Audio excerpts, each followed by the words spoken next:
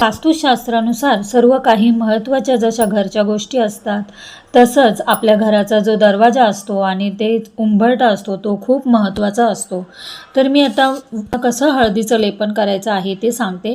तर एका वाटीमध्ये मी 1.5 चमचा तरी हळद घेतली आहे। हळद आणि त्याच्यामध्ये मी केशरयुक्त अष्टगंध घेतला आहे। त्याच्यात गोमूत्र मी टाकलेला आहे आणि थोडं पाणी टाकून ते मिक्स करून घ्यायचं आहे। तर उंबरठ्यावर छान स्वच्छ धुवून छान कपड्याने पुसून घ्यायचा आहे उंबरठा सुरुवातीला आणि नंतर असं हळदीचं सर्वीकडे व्यवस्थित लागेल असं छान पसरून घ्यायचं आहे।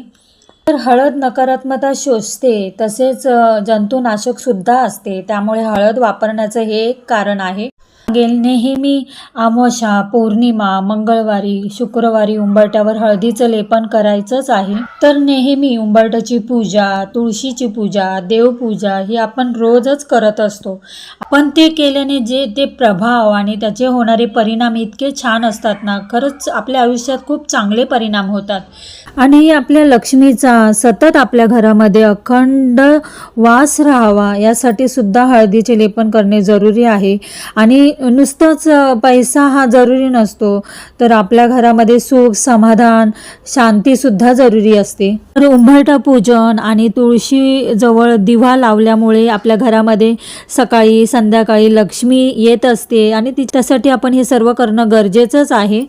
तर रोज सकाळी पहिल्यांदा दार उघडून उंबरठ्यावर पाण्याने स्वच्छ धुवून घ्यायचं आहे। त्याच्यानंतर स्वच्छ कपड्याने पुसून घ्या आणि आपण जे लक्ष्मीचे पावले लावलेली असतात त्याच्यावर हळद कुंकू व्हा किंवा लक्ष्मीचे पावले नाही लावले तरी बाजूला हळद कुंकू व्हा, अक्षता व्हा, नमस्कार करायचा आहे। शक्य झाल्यास छोटीशी का होईना तुम्ही रांगोळी काढा। सफेद रांगोळी कधी ठेवू नका। सफेद रांगोळी जरी काढली तरी त्याच्यावर हळद कुंकू व्हायचं आहे।